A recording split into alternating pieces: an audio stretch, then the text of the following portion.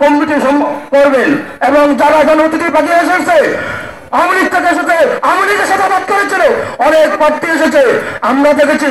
কারণ গত 15 বছর এখানে অনেক লোক গোপালপুর ইউনিয়ন বিএনপি ছাত্রদল স্বেচ্ছাসেবক দলকে কিভাবে অত্যাচারিত করেছে সেটা আমরা দেখেছি। তাই আমি ইউনিয়ন বিএনপির নেতৃবৃন্দের অনুরোধ রাখবো, আগে আমরা যারা গত 15 বছর আমাদের সাথে আপনাদের সাথে রাজপথে লাঠি নিয়ে দাঁড়িয়েছিল তাদেরকে মূল্যায়ন করবেন, তারপরে অতিথি পাখিদেরকে নিয়ে।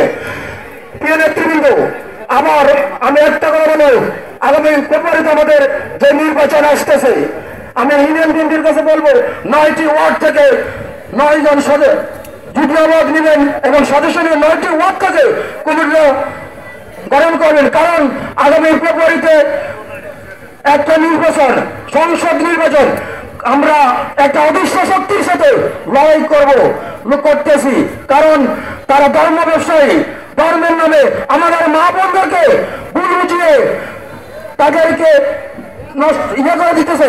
তাই আমাদের স্বেচ্ছাসেবক দলের এমন একটা কমিটি দিবেন যে কমিটি প্রত্যেকটা ঘরে ঘরে গিয়ে আমাদের মা বোন ভাইদেরকে বুঝাতে পারে। আমাদের আগামী দিনের বিভিন্ন মাটির মানুষের নেতা জনতার যারা বরকতুল্লাহকে এই গোপালপুর থেকে সর্বোচ্চ ভোট দিয়ে যেন নির্বাচিত করতে পারেন, আমি আপনাদের কাছে অনুরোধ রাখবো। কারণ আপনারা অতিথি পাখি আনবেন, আজকে থাকবে, কালকে যখন তারা দুঃসময় আসবে তারা আপনাদের পাশে আমাদের পাশে থাকবে না। তাই আপনাদেরকে সিদ্ধান্ত নিতে হবে কি অতিথি পাখি দিয়ে কমিটি গঠন করবেন, নাকি যারা দুর্দিন আপনাদের পাশে ছিল, আমাদের পাশে ছিল, তাদেরকে দিয়ে কমিটি করবেন। কারণ